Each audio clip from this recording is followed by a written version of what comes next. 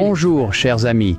Deux femmes, l'une, guide touristique juive, l'autre, une touriste adventiste du 7e jour, admiraient côte à côte les superbes œuvres d'art à l'intérieur de l'église de toutes les nations, située à l'extérieur de Jérusalem, à l'endroit où l'on pense que Jésus a agonisé en prière pendant cette terrible nuit à Gethsémane. Mais les deux ne parlaient pas des incroyables mosaïques à l'intérieur de l'église, ni des vitraux sombres violets et bleus, ni du plafond voûté orné d'étoiles décoratives. Elles échangeaient sur la seconde venue de Jésus-Christ.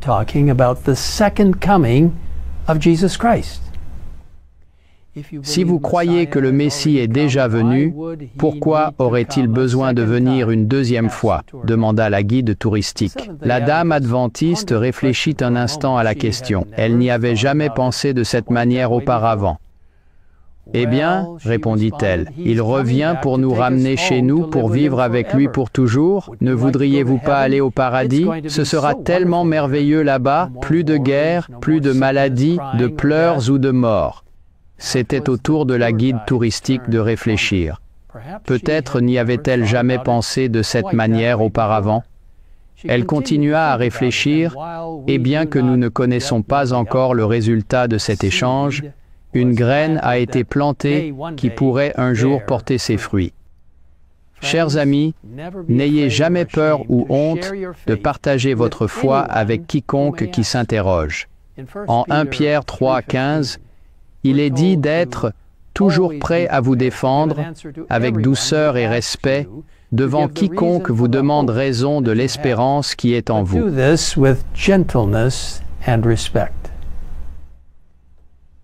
Mes frères et sœurs, l'espoir brûle dans nos cœurs, cet espoir de la venue du Seigneur. Il vient bientôt. Nous lisons une description incroyable de cet événement merveilleux dans ce livre extraordinaire et magnifique, un livre que j'espère que vous connaissez très bien, La tragédie des siècles. Il est dit, « Bientôt apparaît vers l'Orient une petite nuée noire, grande comme la moitié d'une main d'homme. Elle entoure le Sauveur et semble, à distance, enveloppée de ténèbres. Le peuple de Dieu la reconnaît comme le signe du Fils de l'homme. Dans un silence solennel, il la contemple à mesure qu'elle s'approche de la terre et devient de plus en plus lumineuse. Elle a bientôt l'apparence d'une grande nuée blanche, entourée de l'arc-en-ciel de l'alliance de Dieu, dont la base est semblable à un brasier. Jésus s'avance à cheval, dans l'attitude martiale d'un conquérant. Parvenez-vous à imaginer cela? La foule innombrable des saints anges l'accompagne et fait retentir ses célestes mélodies. Enveloppé de flammes de feu, le roi des rois descend sur la nuée. Le ciel se retire comme un livre qu'on roule, la terre tremble devant lui, et toutes les montagnes et les îles sont remuées de leur place.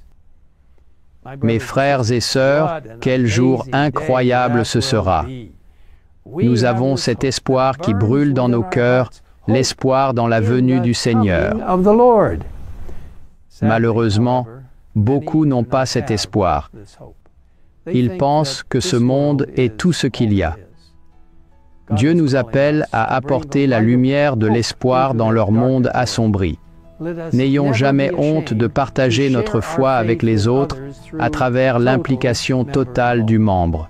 Vous ne savez pas comment Dieu fera fructifier les graines que vous aurez plantées. C'est maintenant le moment de s'impliquer.